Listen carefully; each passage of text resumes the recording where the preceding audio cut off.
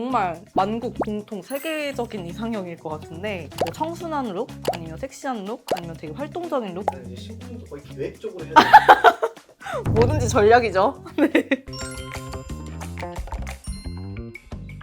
대표님 네, 안녕하세요. 안녕하세요. 이번에 안 놀라시네요? 좀 익숙해졌어요. 이거 너무 아쉬운데요?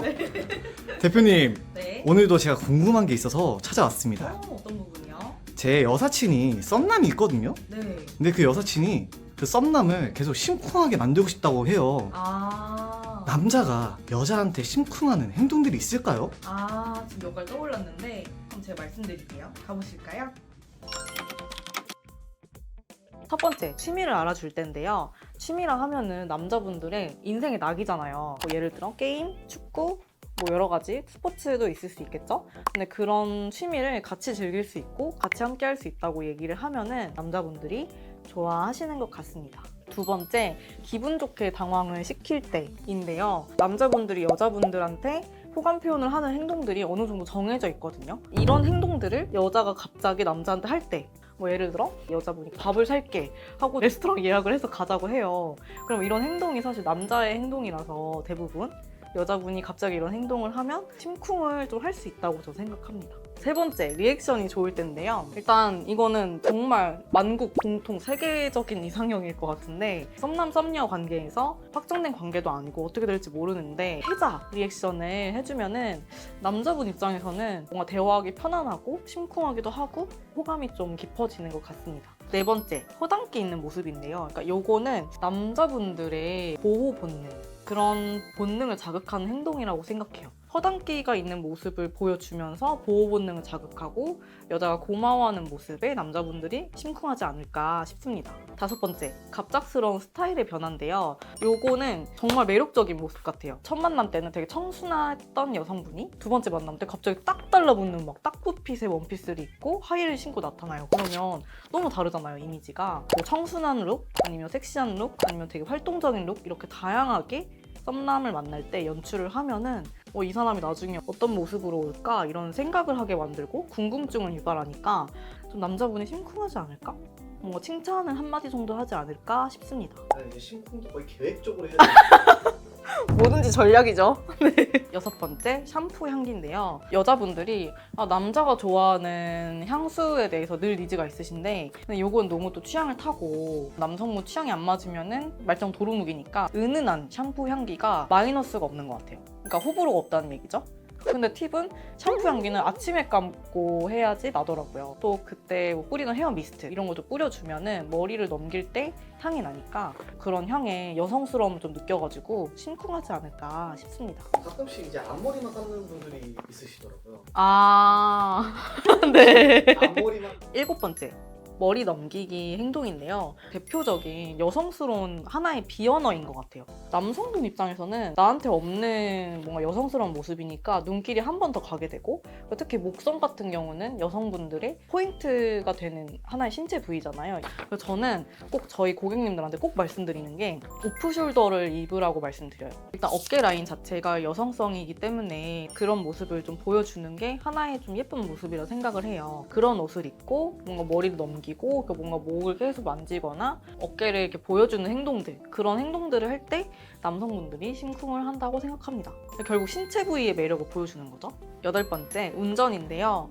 오늘 드라이브 가자고 하고 오빠 타! 이런 식으로 하면 뭔가 귀여울 것 같고 남성분 입장에서 내가 좋아하는 썸녀가 그런 식으로 행동을 하면은 신선한 자극이 될 것 같더라고요. 그래서 만약에 운전하시는 여성분이라면은 한 번쯤 하면 좋을 것 같아요. 네, 아홉 번째, 선톡인데요. 이것도 남성분이 여성분에게 호감이 있을 때 늘상 하는 행동 중에 하나인데 선톡하는 비율을 좀 만나고 나서 진전이 좀 됐을 때 높여주면은 저는 좀 도움이 된다고 생각해요. 그러니까 왜냐면 남성분 입장에서 이 여자가 나랑 썸을 타는 건 맞는데 내가 고백을 할 때 좀 받아줄까? 고민하는 시기가 있는데 그럴 때 그런 행동을 해주면은 남성분이 좀 좋아할 것 같다고 생각이 듭니다. 썸이 아니더라도 네. 그냥 해주면 그리고 열 번째, 돌직구로 말한다인데요. 근데 이거는 좀 조심해야 돼요. 처음에 이 남자가 나한테 호감이 있는지 없는지 확신이 없을 때 갑자기 날리는 거는 좀 위험하다 생각을 하고 호감이 좀 쌓였을 때 하면 좋은 것 같아요. 남자가 어필도 하고 뭐 좋은 데 데려가주고 얘기가 좀 긍정적으로 오갈 때 딱 그때 한번 확신의 한 방을 주는 거죠. 뭐 예를 들어 좋아하는 여자한테 자신감 있게 고백한 적 있어요? 이런 말을 해주면은 남성분이 확신을 갖고 또 고백을 하고 내가 원하는 연애가 시작이 되지 않을까 싶습니다. 한 번에 좀 이제 큰 호응을 좀 얻을 수 있는 것들이 있어요. 팔짱 끼기. 갑자기.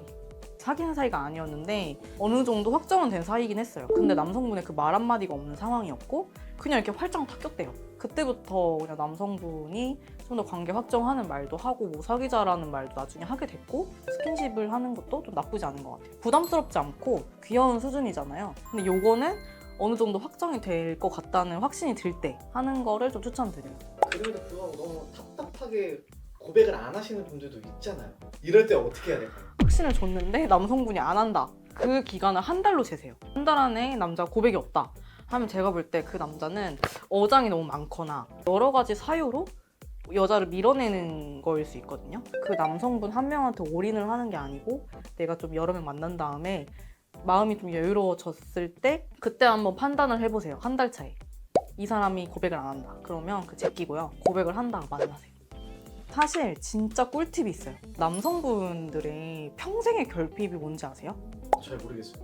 인정욕인데요. 엄마한테서 100% 만족할 만큼 충족한 경험이 없다면 분명히 여자친구한테 그걸 원하세요. 주변 데이터를 보면은 그런 마음을 많이 알아주는 여성분한테 결국에는 남자분들이 마음을 열게 되더라고요.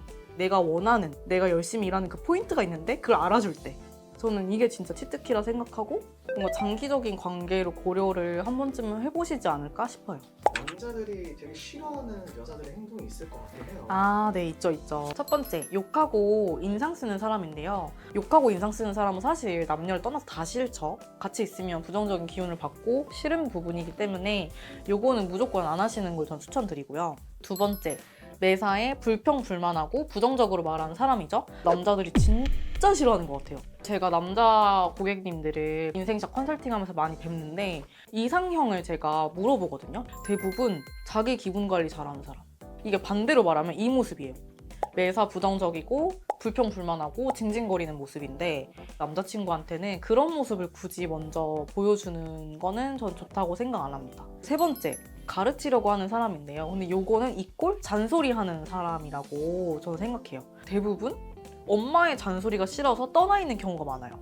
아니면 엄마의 잔소리에 얽매여서 살거나 그러는 모습을 여자친구한테서도 보면은 남자분 입장에서 좀 숨막힐 것 같거든요. 평생에 그 독립을 해야 되는 동물인데 남자는. 그래서 잔소리를 하는 것보다는 내가 뭔가 말해주고 싶은 게 있다, 이렇게 바꾸고 싶다 이런 게 생기면 그 사람이 그런 행동을 할 때 딱 칭찬을 하고요. 내가 싫은 모습이 나왔어. 그러면 한 2번, 3번 정도 담백하게 더 이상 군말을 안 하는 거죠. 잔소리는 최대한 피해 주시는 거를 전 추천드립니다. 네 번째, 스무고개 하는 사람. 이거는 다들 미쳐버리는 남자분들이 미쳐버리는 말인데요. 갈등 상황이 나왔을 때 스무고개로 내가 왜 화난 것 같아? 네가 뭘 잘못했는데? 뭘 말하고 싶은 건데? 이런 식으로 자꾸 물음표를 던지는 것보다는 나는 오빠가 이렇게 말해서 서운했어. 감정을 말하는 거죠. 남성분들은 입력하면 출력이 되는 사람들이기 때문에 입력을 좀 제대로 할 수 있게 도와주는 거라 생각을 해요. 그리고 내가 원하는 걸 결국 얻을 수 있거든요. 남성분이 이해를 하니까. 남성분들을 이제 심쿵하게 만들고 싶은 여성분들한테 마지막으로 해주실 말씀이 있으시죠? 저는 어떻게 꿀팁을 드리고 싶냐면 오늘 지식을 배웠잖아요. 그럼 당장 나가세요. 모임을 나가거나 사람을 많이 만나면서 남녀분들 다양하게 만나보고 적용을 하면서 내가 괜찮다고 느낀 남자분의 반응이 또 어떻게 바뀌는지 관찰을 하세요. 근데 만약에 까였어. 까이면 너무 잘 된 거예요. 왜냐면 다음에 또 좋은 남자 만날 수 있다는 신호고 배움의 시간이거든요.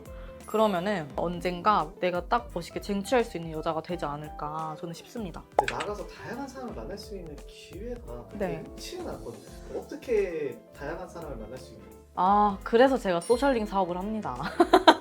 고객님들을 한 3년 정도 만나다 보니까 정말 괜찮은 매력 남녀분들이 리스트가 이렇게 쌓인 거예요, 엑셀에. 어차피 나를 만나러 온 이유는 연애를 하고 싶어서였잖아요. 그래서 이분들을 한번 모아보자 해서 월에 한 번씩 불금 8시에 소셜 플러팅이라는 연애관 주제로 토론도 진짜 재밌게 하고 단체 게임도 하고 뒤풀이도 막 새벽까지 달리면서 하고 이런 재밌는 소셜 플러팅이라는 사업을 또 하고 있으니까 만약에 오픈이 되면은 소식을 유튜브 고정 댓글로 한번 올려드릴게요. 네, 한번 꼭 저 만나서 인사하셨으면 좋겠어요.